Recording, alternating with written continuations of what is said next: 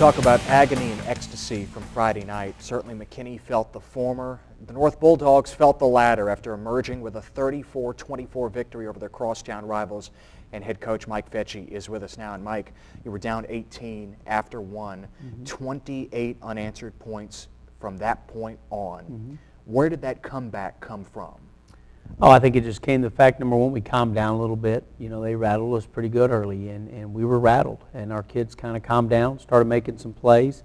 You know, we kept telling them, hey, there's a lot of football left. There's a lot of football left. You know, because there were still 3 full quarters to play. And we calmed down and were able to put some things together, establish some drives, calm down defensively, started getting some pressure on him, and it benefited us. And I'm proud of our kids for the guts they showed and the composure that they showed.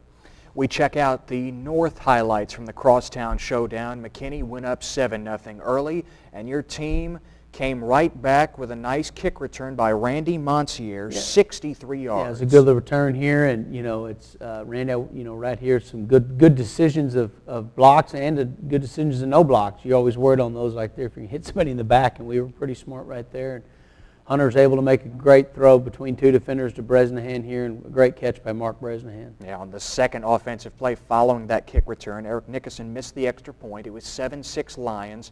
McKinney went up 24-6 in that first quarter. Somborn was on fire early, but your defense was able to finally put some pressure on him, like you mentioned. Yeah, he was. He's a really good football player, and they've got some great weapons, and they found them, and we're using them. And you know, we were definitely worried early on, but like I say, our kids just stayed the course.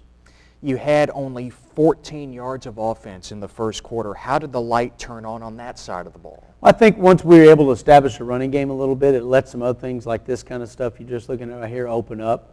You know, we've got to be able to run the football for us to be effective, and early on they were taking that away from us a little bit. But as the game went on, we were able to do that more and more. What was the message for your defense as McKinney was firing on all cylinders? Eventually you were able to slow things down. I think it's just to keep playing. We knew we had to get some pressure on Somborg. We knew that, you know, that kind of pace that they were scoring on, you hope they couldn't maintain, because that's a pretty tough pace to maintain when you're scoring points that fast. And we thought we just got to calm down, make some plays, move the football on offense, and keep their offense off the field, and we were able to start doing that late in the game. You leaned on 2 running backs, Selwyn Smith, who was your second leading rusher coming in, and Devin Smith, playing for the first time since Week 10 of last year. He tore his ACL in the spring, and both found their rhythm exactly when you needed it. They did. Both of them did a really good job. You know, both are seniors. Both are guys that have been around and done it, and I was real happy that both of them had the night that they had. It was 24-12 at halftime, and on the first play from scrimmage in the third, Selwyn breaks it for 80 yards, and all of a sudden you were down by just 1 score. Yeah, that was a big momentum deal there. You know, we had talked at halftime the importance of scoring on the opening drive. You know, I'm glad we did on the first play, and then to go out and get a stop on this next drive right here. Ed gets a big sack right there, and the momentum kind of started swinging. We kept jumping off sides. That was driving me crazy. Coach Smith and those guys, that's a great scheme for a defense that's trying to pass rush, is to get us to jump, which they got us a bunch on. But the guys in the back end played well. Things started to settle down in the third quarter after you made it a 24-19 ball game. Your defense didn't allow anything against McKinney from that point on. Teams were trading punts back and forth. Hunter Walling showing those legs on what proved to be a defining drive for him. Yeah, it was. This was a big drive for us, and Hunter did a good job of if it was there, taking it. It's a great run here by Devin, and a good little burst. I don't think he's quite as fast as he was, but he'll get there pretty quick, and I was glad to see him have a big night. And Hunter Walling on the 2-point conversion, using play action. He looks right, and he decides to run again. Sometimes discretion the better part of valor, but right. Hunter doesn't really care about that. No, he doesn't. He does a good job with that, and we watched that over and over, and he was asking me to grade him on the leap, and you know, and I did. We have a good time watching video with him. He's a great kid, and he played well.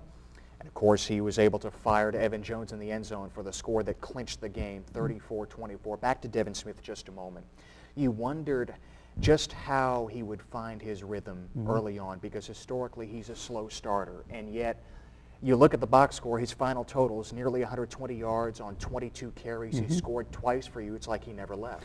It is that way. You know, the first play he ran a little inside zone play, and he put his pads down and kind of ran one of their linebackers over and got tackled. And he told me that he said, that's kind of what I needed. He goes, I needed to see that I could do it. And, as the game went on, he got a little tired, but that's to be expected. He's been practicing, but he hasn't been game speed up to this point yet, and he did a good job, and Selwyn was able to be a great compliment to him, and we were rotating those guys in and out more than we have all year, and it worked out well for us. I was real proud of both of them. Did you anticipate 22 carries for Devin in his first game back? I don't know if we anticipated 22 carries. We're not one of those offenses as a staff that goes in and says, okay, we're going to give this guy the ball that many times. For me and for us, it's a field deal. We try to fill our backs out early, and we figure who's hot and who's got a, and Selwyn was a little banged up too. He's got some ankle problems, and he actually got hit and hurt his leg at one point. And so, it was kind of one of those deals. They're both banged up, but they both had to go, and they did, and we were glad for them. A lot of credit goes to your offensive line. Obviously, you've used 5 guards at the left and right sides because of injury and other absences. You rushed for 270 yards as a team. Devin and Selwyn both go over 100. What can you say about what they did up front? Well, what can you say? And the fact that what a testament to those kids, and what a testament to our line coaches, Coach Homer and Coach Wheelock. Really trying to push those guys to get the best that they can out of them. And Hayden Ambrose and Parker Middleton, Reggie Cofield, they're all getting chances. They're all getting opportunities, and that's what high school football is all about. You're going to run into injuries. You're going to have other issues that you got to deal with, and kids are going to get opportunities, and you hope when they do they can step up. And our kids have done that up to this point, and we're going to have to do it again the rest of the year. Mike, you told me last week you wondered how much your team had left in its tank. It has gone through injury after injury, other drama. This is a victory, though, that can recharge your players. Yeah, right? It can, and it did. It did do that. I mean, judging off of our meeting this morning, they've never been more focused on their face as we're talking about our next opponent than they were this morning. I mean, they really do, I think, feel the sense that, hey, we really can go get in the playoffs, and this is how we do it. We have a formula to get it done, and I think they believe in that right now.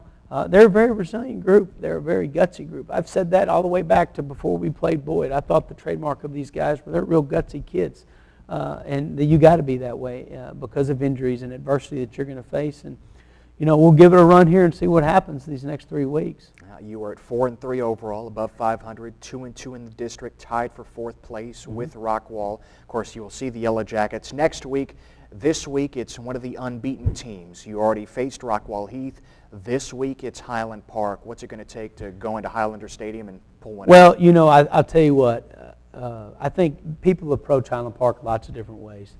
Some guys go in and play them, and they pull out all the stops. It's onside kicks and fake punts and all that kind of stuff.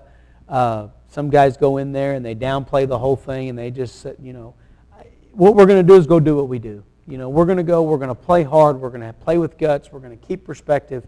We've already talked to them about it. The fact it's their homecoming. There'll be 10,000 people in the stands, and that got them excited. They'll play in front of the largest crowd they ever played in front of before in their lives. Is Highland Park good? Yes, they're very good. Sure. Very, very good.